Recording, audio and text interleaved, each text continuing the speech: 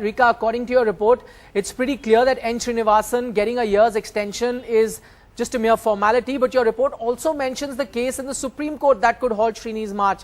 How strong is that case against Srinivasan filed by Cricket Association of Bihar? Can you throw some light on that?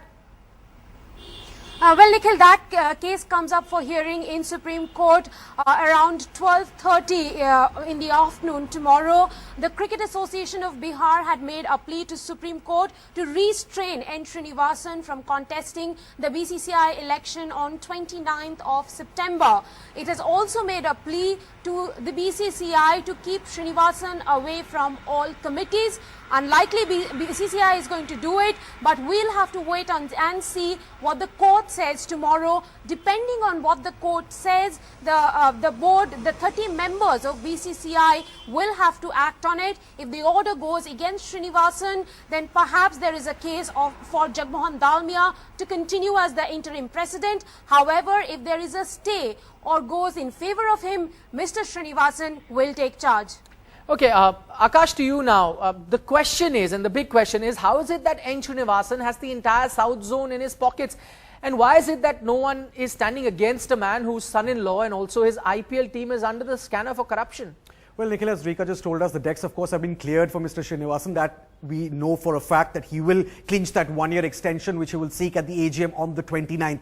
Now, the way things will happen is that one of the 6 associations of the South Zone will have to propose Srinivasan's name, and another from the same zone will have to second that. Now, what really should clinch the deal for Srinivasan is the support of all 6 southern associations of the BCCI. He himself, remember, is the president of the Tamil Nadu Cricket Association, and we know that he has the full backing of the TNCA as well as the other 5 associations. Now, Goa and Andhra Pradesh had skipped a crucial South Zone meeting which was called to garner support for Srinivasan recently. That led to some speculation that an election might be possible during the AGM. But Vinod Phadke, the president of the Goa Cricket Association, went on record to say that Goa will back Srinivasan, adding that the charge sheet against his son-in-law, Gurunath Mayappan, is not reason enough for them to withdraw their support. Remember, the person willing to take on Srinivasan here, if there's anyone like that, will need a proposer and a seconder from the South Zone itself. Now, if at all there's another person that one state unit of the BCCI from the South Zone wants to propose,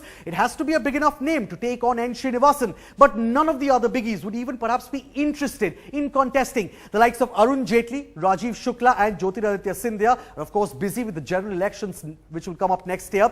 Jagmohan Dalmia is 73 years old and wouldn't want to take on the responsibility. Remember, even as interim president of the board, he wasn't really taking any of the big decisions himself and hasn't responded at all to reports that his name is being considered for the IPL chairmanship. Anil Kumble, who is the KSCA president, meanwhile, is feeling the heat from the opposition camp, and he needs Srinivasan's support to hold on to his chair as president of the Karnataka State Cricket Association. So, love him or hate him, you can't ignore him. Remember, he chaired the special general meeting that was called to ban Lalit Modi yesterday. And Srinivasan has the backing he needs to remain BCCI president for another year. Nikhil?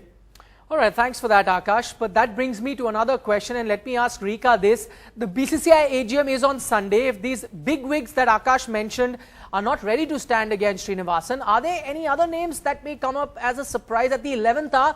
Or will, anyway, someone play Brutus in the meeting as well on Sunday? The reason I ask you this question is, it's happened in BCCI AGMs before.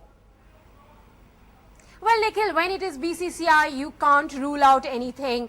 But what we do know now, at around 7:20, a few days before the elections, today is the 26th, the election is on 29th. There is no one to challenge Mr. Srinivasan. However, the last date for filing nominations is 28th.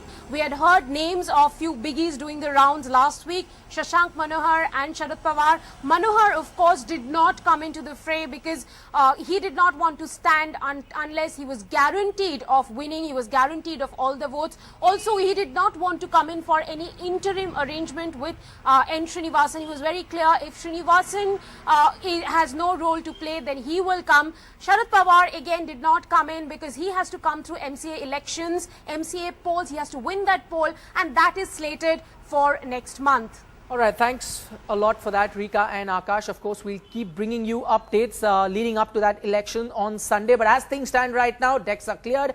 N Srinivasan should get that 1 year's extension that he so desires.